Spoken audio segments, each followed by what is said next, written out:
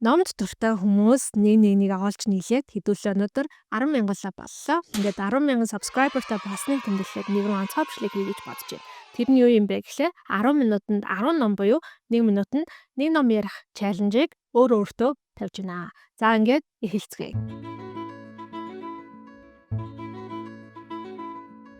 18 дугаар зуунд нэг залуу хөлөг онгоцтойгоо хойд мөсөн далаад аялал хийгээ явж исэн чинь мөсний хилтерхий дээр арайчуу амтай голтой уулзсан нэг залууг олж авдаг. Тэр залуу эрдэмтэн хүн байдаг. Тэгээд өөрийнхөө түгээг ярьдаг. Тэр залуу яасан бэ гэхээр өгсөн хүмүүсийн цогцыг нийлүүлээд цэглэгаан цохиулаад ам оруулсан байдаг. Гэтэ тэр ам оруулсан зүйл нь аимшигтай мангас байсан учраас тэр мангасаасаа зүхтаад нөгөө мангасыгаа эзүүхээр газар ачаа хийждэг. За тэр мангас нь болохоор тэр эзүүхээр газар амьдардаг нэг айлын хажууд нууцаар амьдраа. Тэр айлаас ернүүдээ хүний амьдрал, хүний хэл зэрэг бүх зүйлийг нь сурч авна. Гэхдээ мангас бол маш их ганцаардчихсан учраас нөгөө залуу эрдэмтнийг олж очиод надад надтай ижилхэн нэг эмэгтэй тийм хань бүтээгээд өгчөөд. Тэгхийн бол би хинт ч ямар ч хүнд гай болохгүй цаашаа ингээд ийм эзгүй зүйлүүд газар амьдраа явнаа гэж хэлдэг. Гэхдээ тэр залуу бол нэгэнтээ нэг юм аимшигтай мангас бүтээсэн юм чинь хоёр дахь удаа аимшигтай мангас бүтээхгүй гэж бодоод нөгөө мангастаа зөвшөөрдөг. За тэгсэн яасан бэ гэсэн чинь мангас нөгөө залуугаас өшөөгөө аваад нөгөө залуугийн хайртай гэсэн хүн болгоныг нь алж эхэлнэ. Ингээд залуу эрдэмтэн энэ мангасыг өөрөө л устгахгүй бол цаашдаа бүр олон хүнд гай болох юм байна гэж бодоод хойноос нь алхаар хөөж явж агаад хойд мөсөн далаад ирээд үхэх шахсан байхдаа энэ далаачинд олцсон түүх нь юм байдаг. Номын төгсгөлд эрдэмтэн залуу шархаад авахгүй нас барна. Харин түүний бүтээсэн мангас өөрийгөө шатаана гэж шийдснээр энэ ном дуустав. Ирээдүйн хизээнийг тодорхойгүй цагт Америк улс Панам гэдэг нэртэй улс олчихсон. Тэгээд нийтдээ 12 дүрэгтэй болчихсон байдаг. Энэ улсад жил болгон нэгэн харгас юм тэмцээнийг телевизээр үзүүлж хүмүүсээ баясаадаг. Тэр нь ямар тэмцээн юм бэ гэхлээр 12 дүргээс нэг эрэгтэй нэг эмэгтэй хүүхдийг самсаргуй байдлаар суглаад нэг аренад авчруулаад шууд телевизээр нэвтрүүлгээд нэг алж дуустал нь буюу яг ганцхан ялагч тодортол хооронд ингээд насан турш хүүхдүүдийг алцуулцдаг. За тэгэхээр 14 дахь удаагийн яг энэ тэмцээнд 12 дугаар дүргээс Кэтнис гэдэг охин өөрийгөө охин дүүгийнхаа өмнөөс долиослоод энэ тэмцээнд оролцохоор болдог. Кэтнистэй хамт 12 дугаар дүргээс хар багасаа Кэтнис жоо сэтгэлтэй байсан Пита гэдэг залуу хамт оролцсноо. За тэгээ энэ хоёр манд Панам улсын нийслэлд очиод тэр арены дотор хүн гэж явж эцэстээ ямар аимшигтай тийм маратналт байдаг вэ гэдэг бүх талаар нь харна. Эцсийн хоёр хүн бол Кэтнис Пита хоёр уулзж байгаа. Нэг л ялагч байх ёстой учраас Кэтнис Пита хоёр аль нэг нь энийг алах ёстой болдог. Гэхдээ тэр хоёр хоёулаа нэг нэгэндээ үнэнж хүнлэг хүмүүс, дээрээс нь Кэтнисын гүйлгээ ухааны ачаар гэх юм уу хоёулаа тэр тэмцээний ялагч болоод хоёулаа аренагаас 9 минут гарч чаддаг. 24 настай үзэсгэлэнтэй бараг л төгс амьдралтай гэж хэлж болох Вероника үхэхээр шийднэ. Тэр өөрийгөө амьдралынхаа хамгийн гоё үе дээр ирчихсэн, амьдралаас үзэж харж болох бүх сайхан зүйлсийг үзсэн. Үүнээс хойшоо ерөөсөө амьдрал шаригдана гэж ярьдаг штеп. Тэхийн байна гэж бодоод маш олон тооны нойрны юм уусан ч сэтгцэн эмнэлэгт амьд мэд сэрнэ. Гэтэ харамсалтай нөгөө хитрхи олон нойрны юм уусан учраас түүний зүрх нь идэгшгүйгээр гэмтсэн байна гэж эмчнэр хэлдэг. Тийм учраас Вероникад амьд явах хэдхэн өдөр үлдсэн. Сэтгцэн эмнэлэгт Вероника нэг зүйлийг ойлгож авав. Тэр нь юу юм бэ гэхлээр нэгэнтээ сэтгцэн эмнэлэгт ирсэн. Хоёрдугаарт нь болохоор угаасаа амьдрахад цөөх хэдэн хоног үлдсэн учраас Вероника хэн юу гэхээс айхгүйгээр өөрийнхөө хүссэн зүйлийг хийж болох юм байна. Түүнд алдах зүйл байхгүй юм байна гэдгийг ойлгоод бүр яг юу хүссэн, ямар хүн баймаар байгаа, ямар үйлдэл үг гармаар байгаа тэр бүх зүйлээ хинээс ч айлгүйгээр гаргаж эхэлдэг. Ингээд илүү их чөлөөтэй зоригтой болсон Вероника амьдралыг өмнөхөөсөө тэс өөр нүдээр харж эхэлнэ. Тэгээд бүр амьдрахыг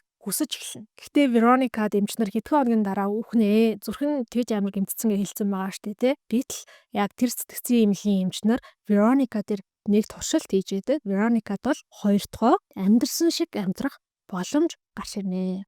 Нэг юм дууга даруухан жаахан бүтлгүүч гэмээр байдаг л нэг охин Америкт нэг юм байнгын бороо орж идэг тосгонд нүүж ирнэ. За тэр охины аав ээж хоёр нь болохоор бага хатан салцсан ээжтэйгээ амьдардаг байж байгаад одоо аавтайгаа амьдрах гээд нүүж ирж байгаа. Тэгсэн тэр охин шинээр нүүж ирсэн газрынхаа ахлах сургуульд нь орсон чинь урд өмнө ерөөсөө тэр охин тохиолдож байгаа үзүүл болно. Тэр нь юу юм бэ гэхээр охин маш олон хүмүүсийн тийм анхаарлын төвд ордог. За тэгсэн тэр сургуульд нь болохоор энгийн маш олон сурагчд байгаа. Түүнээс гадна нэг маш сонирхолтой 5 сурагч байдаг. Тэр болохоор тавуулаа нэг айлын өргөмөл хүүхдүүд гэж байгаа. Тэгээ жоохон хөгшин царайтай. Тэгээ хамгийн сонирхолтой нь тэр 5-ын дөрөв нь эрэгтэй эмэгтэйгээрээ хос хосороо хоорондоо үерхдэг. За тэгсэн манай нөгөө байдгал нэг бүтлгүй охин маань тэр 5-ын үлдсэн ганц сингл залууд нь дурлалчж байгаа. Тэр залуу нь гэсэн чинь аюу сонио. Нөгөө охины чи ингээ хараад дургуун хүрээд байгаа юм шиг, нөгөө охиноос баг гүмхийн өнөр өнөртэй байгаа юм шиг ам хамраа таглаад тэгсэн хэрнээ нууцаар хойноос нь дагаад гэрт нь очсон нууцаар харж марж байдаг амар creepy. За тэгээ нөгөө охин маань энэ ер нь ямар учиртай залуу юм болоо гэж бодож байгаа. Нэг дүгнэлтэнд хүрнэ. Тэр нь болохоор энэ залуу бол ерөөсөө цус сорогч юм байна гэж дүгнэдэг. За ингээд 17 настай охин 100 гаруй настай цус сорогч дурлаад арслан хурганд дурлсан түүх ингэж хэлнэ. Шатны доор харанхуй өрөөнд амьдардаг нэг хүүд шар шувуугаар захилыг хүү бол эд шидтэн. Тийм учраас эд шидтний сургуультаа ирж суралцаа гэсэн урилга байдаг. За ингээд хүү маань нилээ эдэн саад бэрхшээлийг даваад эд шидтний сургуультаа очдог. За сургуультаа очиод нэг маш сонирхолтой зүйл олж мэдсэн юу байдаг юм бэ гэхээр тэр хүү болохоор эд шидтний ертөнцид бол юм амар олонний танил алдартай нэгэн байдаг. Хүүг дөнгөж төрсний дараа тэр эд шидтний ертөнцидийг маш хорон санаатай шидтэн байсан. Тэр хорон санаатай шидтэн болохоор хүүг аав ээжийнх нь хамт алах гэж очиод гэхдээ аав ээж нь алсныхаа дараа хүүг алж чадлагүйгээр өөрөө бүр ингээд алга болсон юм байна. Тэгээ хүүг шидтний ертөнцид их тайвныг авчирсан ингээд маш олон хүмүүс хайрлж хүндэлдэг. Хүү тэгээ сургуультаа очиод ид шидийн хичээл үзээд эхэлсэн чинь яг л бусад хүүхдийн адилаар ямар нэгэн онцгой тэм чадваргүй энгийн л нэг хүүхэд байдаг. Бид тэр хүүтэй хамтраад ид шидийн гайхалтай ертөнцөөр аялнаа. Нөгөө хорон санаатай шидтэн бол мэдээж үхээгүй эргээд гараад ирнэ. Тэр шидтнийг нэг мөсөн дарж устгахын тулд 7 цуврал ном, 8 кино гарсан гэдгийг бүгдээрээ сайн мэдж байгаа. Хөөрхийн нэг юм ядуу цэрэг баян айлын амар хөөрхөн охин дурлцхан. За тэр охины аав ээж хоёр болохоор мэдээж охиноо ядуу хүнтэй суулгахгүй гэд тэр хоёрын гэрэлтийг хүлээн зөвшөөрөхгүй. За тэнгууд нөгөө ядуу залуу маань болохоор бид бол та нараас сутхгүй баян болчих л доо гэж хэлээд хаашаа ч мэдэхгүй ор сургуу алга болоод 5 жилийн дараа бүр асар баян болчихсон гараад ирнэ. Гэхдээ энэ 5 жилийн хугацаанд бол нөгөө баян айлын хөөрхөн охин маань айл хэдий өөр бас нэг баян айлын залуутай гэрэлжсэн байх болно. Гэсэн ч гэсэндээ манай ядуу ээж баян болсон залуу бол бөөж өгөхгүй хайртай бүсгүйхээ гэрийн эсрэг талд нь шинээр юм том орд харш худалдаж аваад орой болгон хамгийн нүсэр, хамгийн тансаг, хамгийн гоё парти үйлчлэгүүдийг зохиож эхэлнэ. Яг нөгөө бүсгүй маань ирээд нэг оролцожоосоо тэрнтэй нэг ярилцах боломж гарч дэ гэл ингээл хүсээд байдаг гэсэн. Одоо нөхрөөс нь салгаж авч суух гэдэг юм бах та. За тэр ч ах нөгөө бүсгүүтэй бол нэг хоёулахнаа уулзаад ярилцах боломж олдно. Тэгсэн чинь тэр бүсгүй болохоор амар материал нөгөө залуугийн чи ингээд Европоос авчирсан сорожгон цамцнуудыг хараад хөөхин ямар гоё материалтай юм бэ гэснээр бүр тэр материалыг нь хараад сэтгэл нь хөдлөөд уйлж ивэл яах вэ? Гэхдээ тэгээ энэ хоёрын хайр дурлал бүтэхгүй агуу Гэтсби бол маш гонигтай хувь тавилан хүлээж байгаа. Харин баян айлын хөөрхөн бүсгүй маань баян айлынхаа нөхөртөөгөө хамт Европ руу явснаар Америк мөрөөдлийг одоо илэрхийлсэн энэ зохиол маань дуусдаг.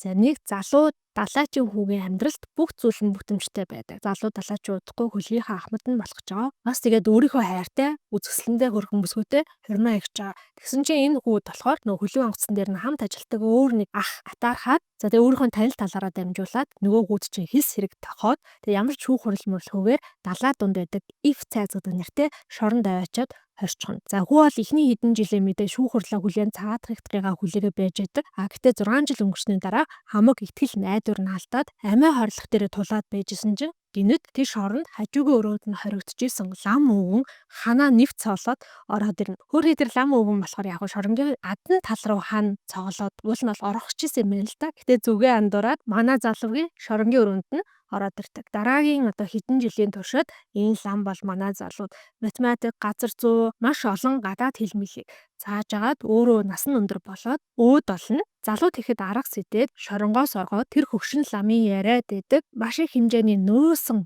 алт эрдэнсийг олж асар их баяжаад өшөөгөө авч эхэлнэ. За эхний ном дээр бол иймэрхүү үйл явдлууд нь гарч байгаа. 2 дахь, 3 дахь ном дээрээ яг өшөө авалт нь гарна. За өстой бах тав хамт үнэхээр гайхалтай өшөөг авдаг.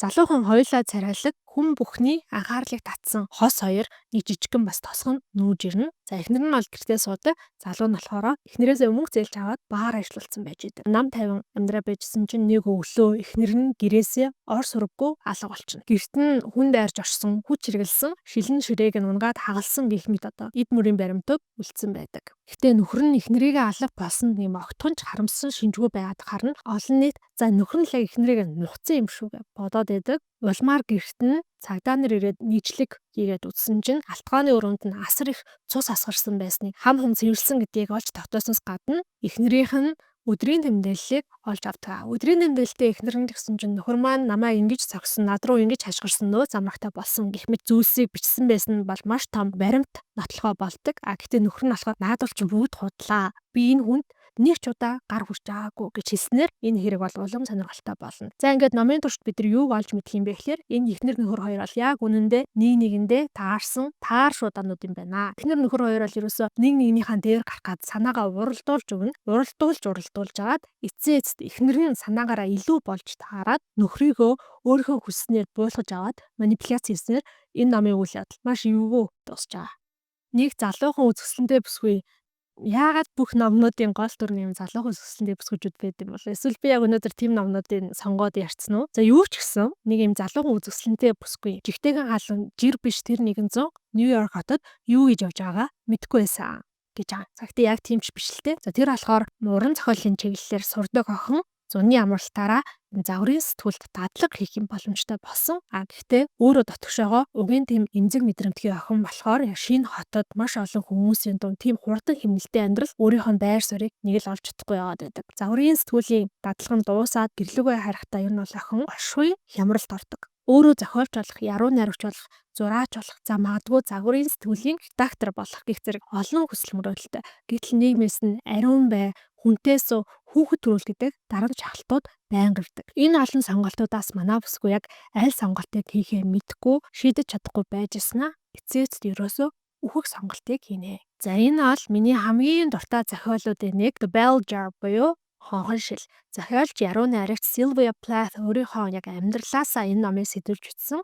Зохиолч маань амьдралын туршид сэтгэл готролтой тэмцэж хагаад энэ номоо хэвлүүлснээс хэдхэн сарын дараа 30 наснда амиа ягуудгаж энэ хорвоогоос явсан авьяас бэлгэнд мэдрэмжин тулчихсан ийм сайхан бүсгүй байсан.